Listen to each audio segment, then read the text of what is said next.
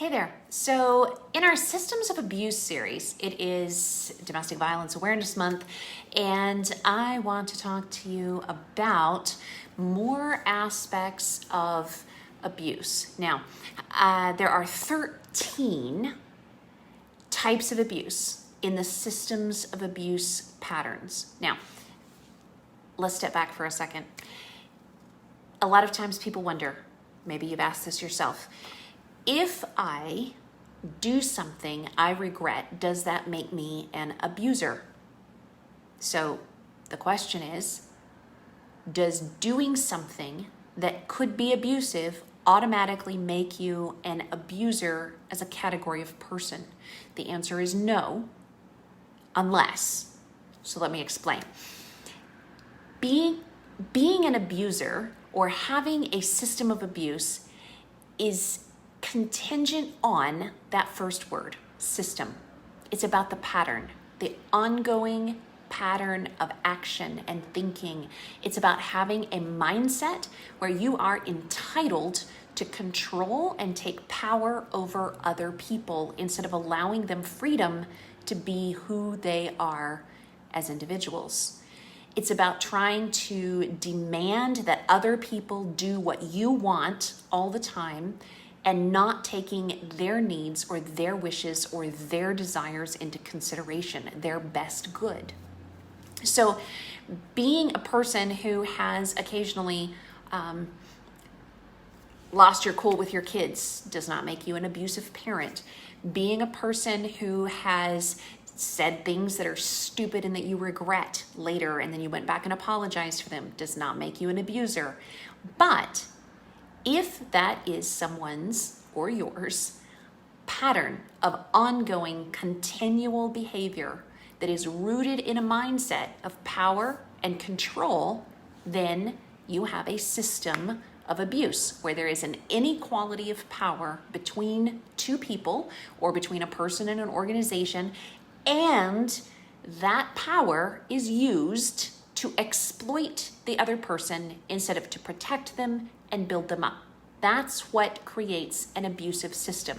Now, there are 13 forms of abuse in the Systems of Abuse wheel that I have on my website, www.wilderness2wild.com. You have to have the www on there for it to work.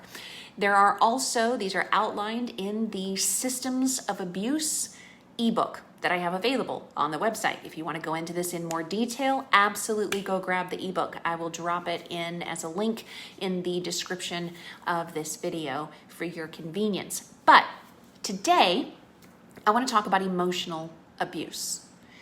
Emotional abuse is something that is not just about whether or not someone says nice things or mean things. It is not just about whether or not you think that someone agrees with you or someone disagrees with you.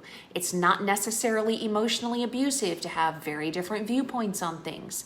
What's emotionally abusive is if you're using your viewpoint to exploit the other person, to control them, and to diminish and devalue them.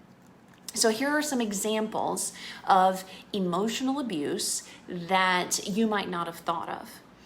1, someone who consistently invalidates your perception of reality. Now, this is bigger than two people seeing things slightly differently or having their own perspectives and viewpoints on things.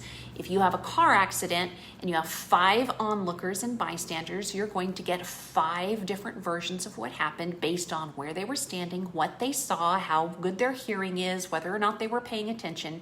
And that's normal. That's normal humanity.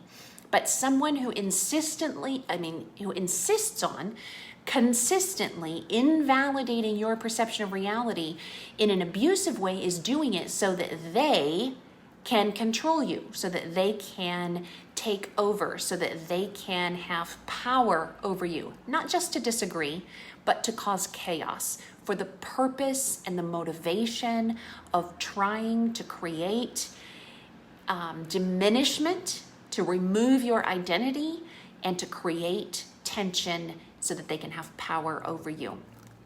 Here's a big one, and this is actually discussed in Scripture. Proverbs talks about how someone who says, hey, I said such and such, and then says, oops, I was only joking, that is a foolish person, that is an abusive person, someone who insults you or repeatedly does things you don't like or cuts you down or belittles you and demeans you and then says, I was just joking. Can't you take a joke? Where's your sense of humor? Why are you so sensitive? You need to be not so insecure. You should just be able to laugh at my joke.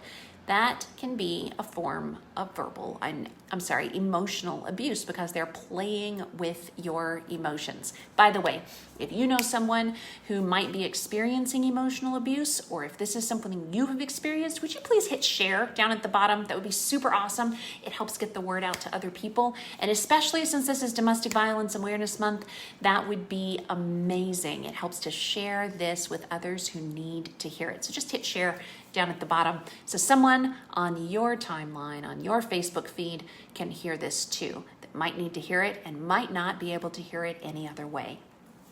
Here's another form of emotional abuse. When someone denies affection or goes totally silent on you and refuses to work out conflicts. When someone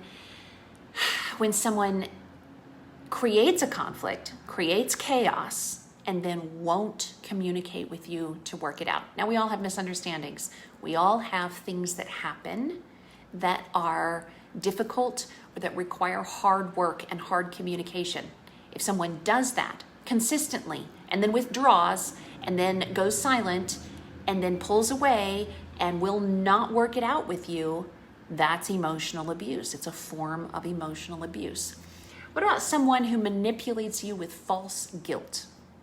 So let's say they do something to you, and then they make it all about your reaction to them. Maybe they said something incredibly cruel, or maybe they told you a lie. Maybe they lied to you.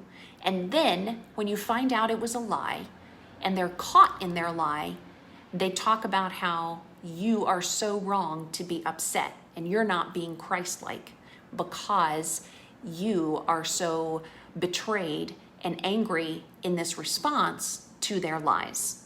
That's emotional abuse. What about someone who flips the arguments back on you all the time? They started something, they have some kind of chaotic conflict going on, or maybe it's very covert, very quiet, and then instead of actually dealing with it, they turn the argument back on you, and before you know it, you are apologizing for whatever it is that they did to you.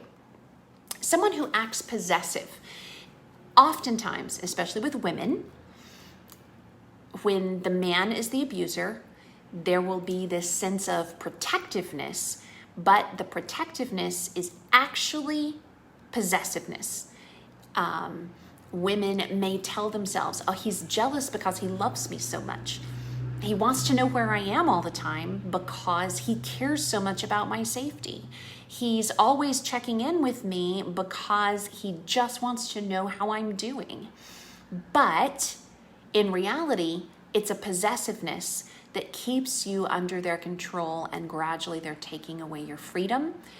Now, in a healthy relationship, in a positive communicating marriage, you're probably going to know where the other person is most of the time, because two people who are healthy are going to tell each other, hey, babe, I'm leaving right now, or hey, I got to run some errands, or I'm going to go to the grocery store. Is there anything you need?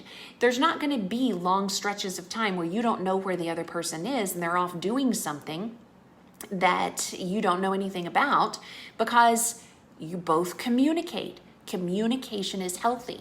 But if it only goes one way, and one person is using that possessiveness to control the other person, to limit their freedom, to keep tabs on them, to prevent them from being able to do normal, healthy things, then that can be emotional abuse.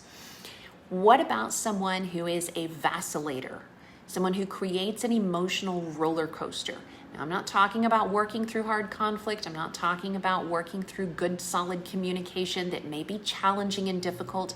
I'm talking about someone who's hot and then cold, who's on again and then off again, someone who's into it and then they're checked out, someone who only does the work that's needed when they're about to lose you or you're about to leave, and then as soon as they've got you back where they want you, it's back to life as usual, and there's no sustaining stability and consistency in your emotional relationship. That kind of vacillating emotional roller coaster is another form of emotional abuse. Now, when you're going through this, the question is the person, and this is what you have to ask yourself, is the other person making a one-off mistake? Are they doing something? Maybe they were triggered by something that happened and they react, and then they're very genuinely sorry and they're working hard not to stay that way. Or is it something that happens all the time? It's not getting better. There's no communication or healing taking place. They're not willing to go to counseling, and they're not changing how they act. You have to ask that. Also, a big question that needs to be asked is this person using their power in your relationship? Because we all have power, we all have influence. Are they using their power in your relationship to control you or to support you? Are they using your power? Are they using their power in the relationship to create chaos and to gain control by turning a bunch of people against each other? Or are they trying to bring people together? Or actually, sometimes the healthy thing is to cut toxic people off instead of keeping toxic people around. If someone is pushing you to stay in contact with a toxic person and to continue a relationship with a person who is not healthy and who is not honest, then that is a negative use of power emotionally in your life. When you have someone who is acting in an emotionally abusive way, you want to ask yourself, is this rooted in this person's desire to be controlling other people? Are they trying to take power away from other people? Are they supporting other people? Are they being kind and making mistakes sometimes? Or is this their normal? Is this what they just do? Sometimes it's not cut and dried, especially with emotional abuse. But if these things are happening to you, there is a chance that you are in an emotionally abusive relationship, especially if these things are happening to you on a regular, consistent basis where the pattern is ongoing. Now, unlike physical abuse, where there can be really concrete things to look at and to see, emotional abuse can be very hidden. If you have a lot of brain fog around a person, if you have a lot of fear around a person, and that is not because you're healing, it's not because you're coming out of abuse and you're trying to find a new normal around healthy people, then that can be a really big sign that something isn't right in your emotional relationships. So, if you have questions about this, as always, you can drop a comment, send me a private message. Check out my YouTube page at youtube.com/Sarah McDugal. And there are right around 300 videos on my YouTube channel that are all about abuse recovery, being able to recognize abuse, handling abuse in the faith community. Tons of resources there. Go to www.wilderness2wild.com, and there are lots of free resources, free eBooks, other resources, online coaching, all kinds of different resources for you. I want to make sure that whatever you're going through, hopefully there is something that we have that is here at Wild that is available to you to help you find healing, to help you find safety, to help you find stability, and ultimately to find strength as you travel out of the wilderness and into the wild.